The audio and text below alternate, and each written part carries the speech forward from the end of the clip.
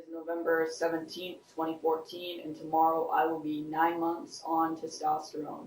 So I'll start off with I did my first shot of my new dose, which is 100 milligrams every 3 weeks. I did it yesterday. I'll be busy tomorrow, so I decided to film this today. So not much has really changed since last month. I'm hoping that by next month I'll see some changes because I'm on a higher dose now. But I kind of noticed that, looking back at old pictures, old videos and such, I think that my face has gotten a little bit, like it's got a little bit more structure to it. I don't know. I just have noticed that my cheekbones stick out a little bit more. My forehead, it might be the hairline as well changing, makes my face look a little bit different. But I just noticed that there have been some, like a little bit less fat under my chin, stuff like that. What else have I got here? Eyebrows. I don't know if you can see them. Well, yeah, you can. Look, it's dark hair. I used to have invisible eyebrows, so this is very exciting to me, and I hope that they grow in a little bit more.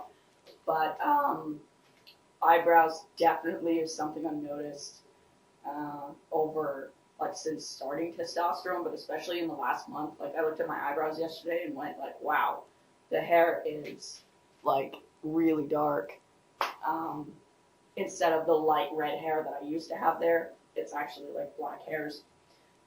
Also my hairline, I don't know if you can see it, but it is squared out a bit more on the sides, and then I think it's gone back a little bit at the top. You can see where their hair used to be there, but it's kind of receded a little bit, which is nice because I like the way it looks.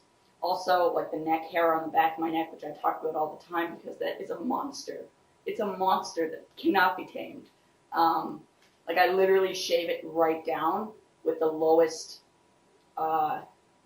setting on my clippers, and it comes back in a day, and it looks really dark and really gross. So I shave it often. What else? I wrote down darker hand hair. I don't know if you'll be able to see it, but I do have hair, or more hair. I always had hair on my hand, but creeping up, and it's getting a little bit darker. Probably can't see it on the camera, but take my word for it. Leg hair. Oh God, I'm not sitting down today, so I can definitely not show you my leg hair. But on the inside parts of my shins is where the darkest hair is, and also around my ankles is really long and really dark. It's growing in on my thighs, and I've said this before, the hair on my thighs is now as long as the hair on the rest of my leg used to be before testosterone. They're not as dark or anything, but definitely the hair on my inner shins, or whatever, I don't know, yeah, shins, is really dark, and the rest of the hair on my legs is getting a bit darker, so, I'm praying that more leg hair comes in with this higher dose. Nice voice crack there. And I can definitely feel, over the past month, my voice in my chest a lot more. So I guess that means it's got a little deeper. But definitely when I talk, I can feel it, especially when I touch my chest, I can definitely feel it, but I can just feel it booming in my chest, which is really cool, really nice. My veins, I've been working with my dad. He's a contractor. I've been working with him a lot, and I've noticed that, when I'm working, my blood is flowing. My veins pop out like crazy. You can see them a bit there. But definitely my hands and my arms, they just pop out like crazy. The vein in my neck as well. I started working out again, so that as well, just noticing all the veins is pretty cool. I measured my hips the other day, and they're an inch smaller than they were pre-T. So I guess I've lost about an inch around And I measured a couple days. I measured for a few days to see if it wasn't just like a fluke or anything.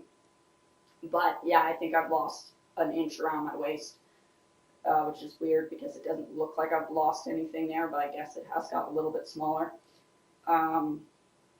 Face fuzz, I've got definitely on the sides.